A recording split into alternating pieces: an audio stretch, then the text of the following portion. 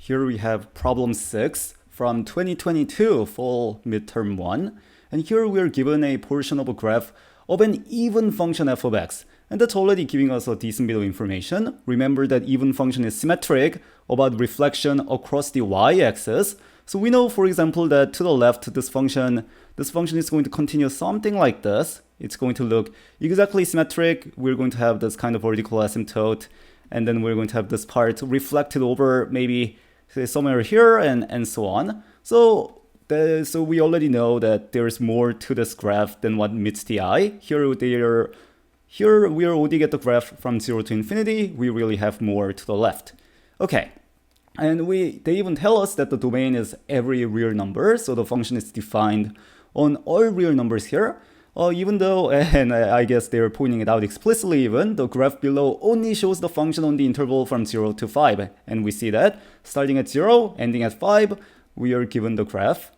And note that f of x has a vertical asymptote. So here you see that the function is blowing up as you're approaching 1 from the left. So we're blowing up towards positive infinity here. And that's really manifested by this vertical asymptote at x is 1. Okay, so the part that I want to go over in this video is part B of the problem, which is find the exact numerical value of each expression below. Now, if the limit does not exist, including the ones that really blow off to plus or minus infinity, they want us to just write dne for those not exist. And if there is not enough information, they want us to write not enough information. Okay, and they even give us a reminder that f of x is an even function. That's very nice. So let's start with the first one, f of 3. Well, this is like composing function, and whenever we're evaluating a function composition, we start inside out. So we want to first find this f of 3.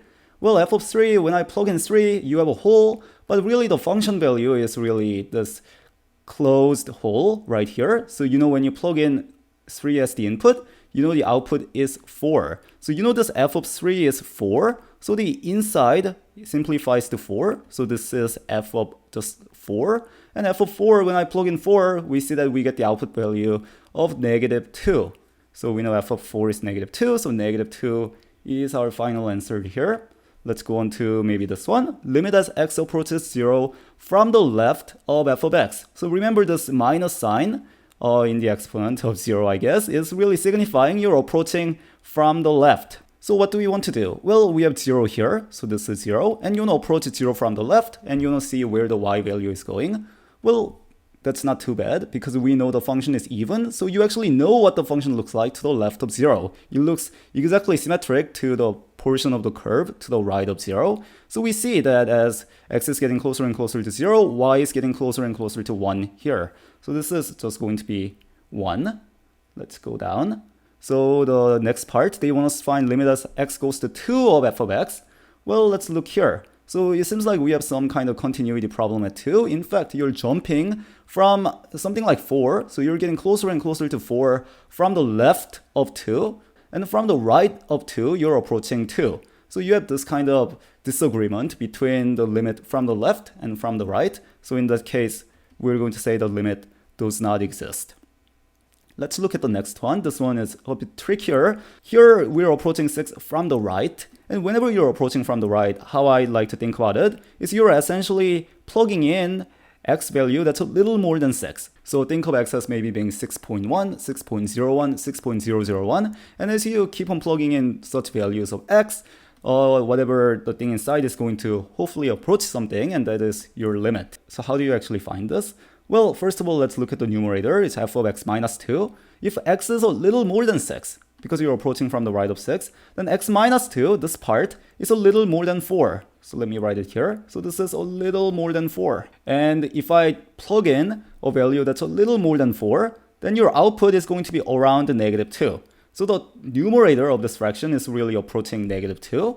What about the denominator? Well, now you have x over 3 that you're evaluating the function at. And x over 3, because x is a little more than 6, this is going to be a little more than 2. And let's look at the function. If I try plugging in value that's a little more than 2, so if I'm plugging in values like this, it looks like the y value is going to 2. So the correct answer will be negative 2 divided by 2, which is negative 1.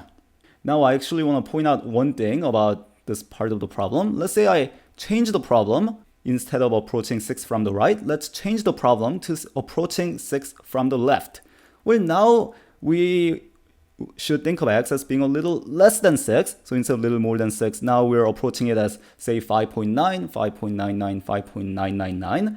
And what that's telling us is that now this x minus 2 is a little less than 4.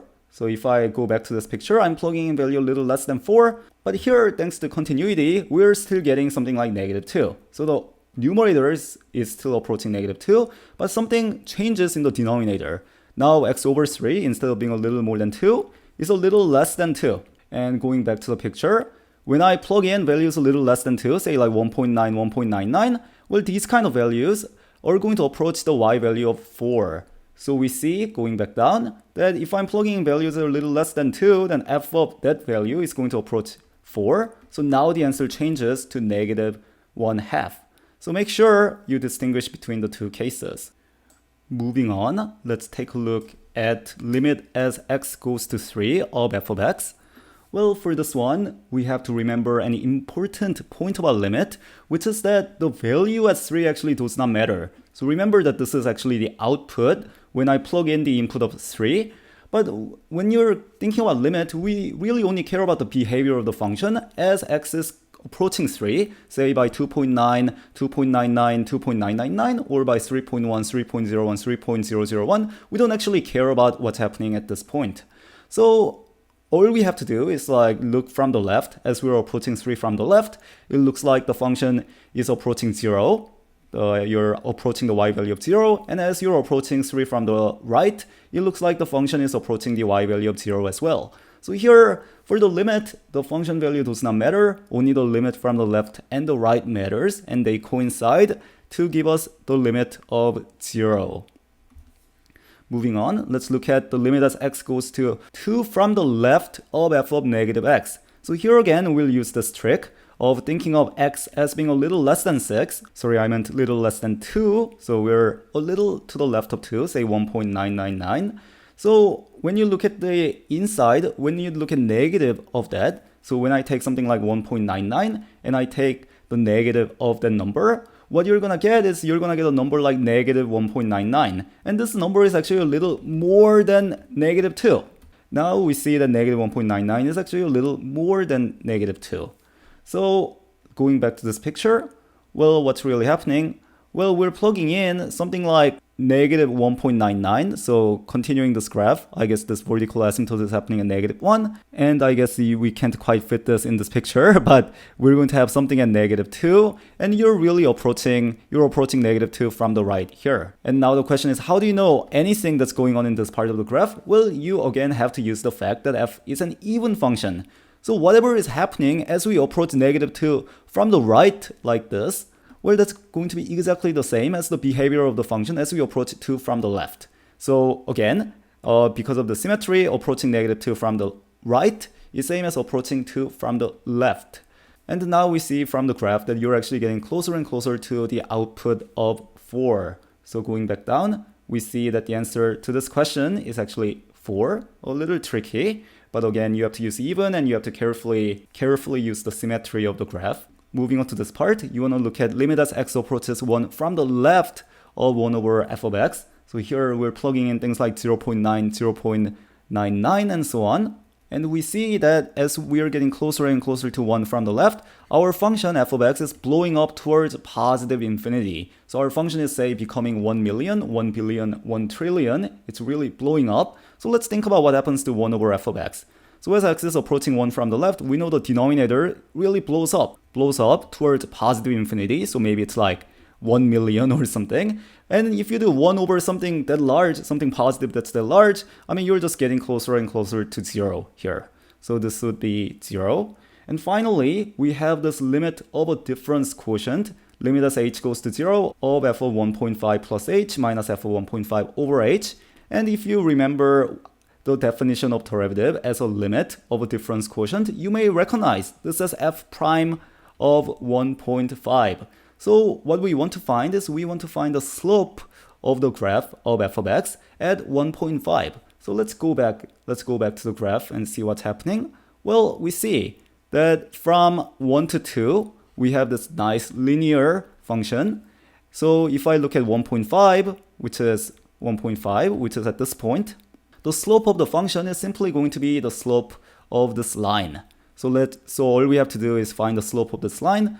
Well, how do you find the slope of the line? Well, you look at change in x from here to here, say. That's exactly from 1 to 2, so change in x is 1. And what about change in y from this point to this point? Well, you're going from 0 to 4, so change in y is 4. So if you want to find the slope, that's 4 divided by 1, which is of course just 4.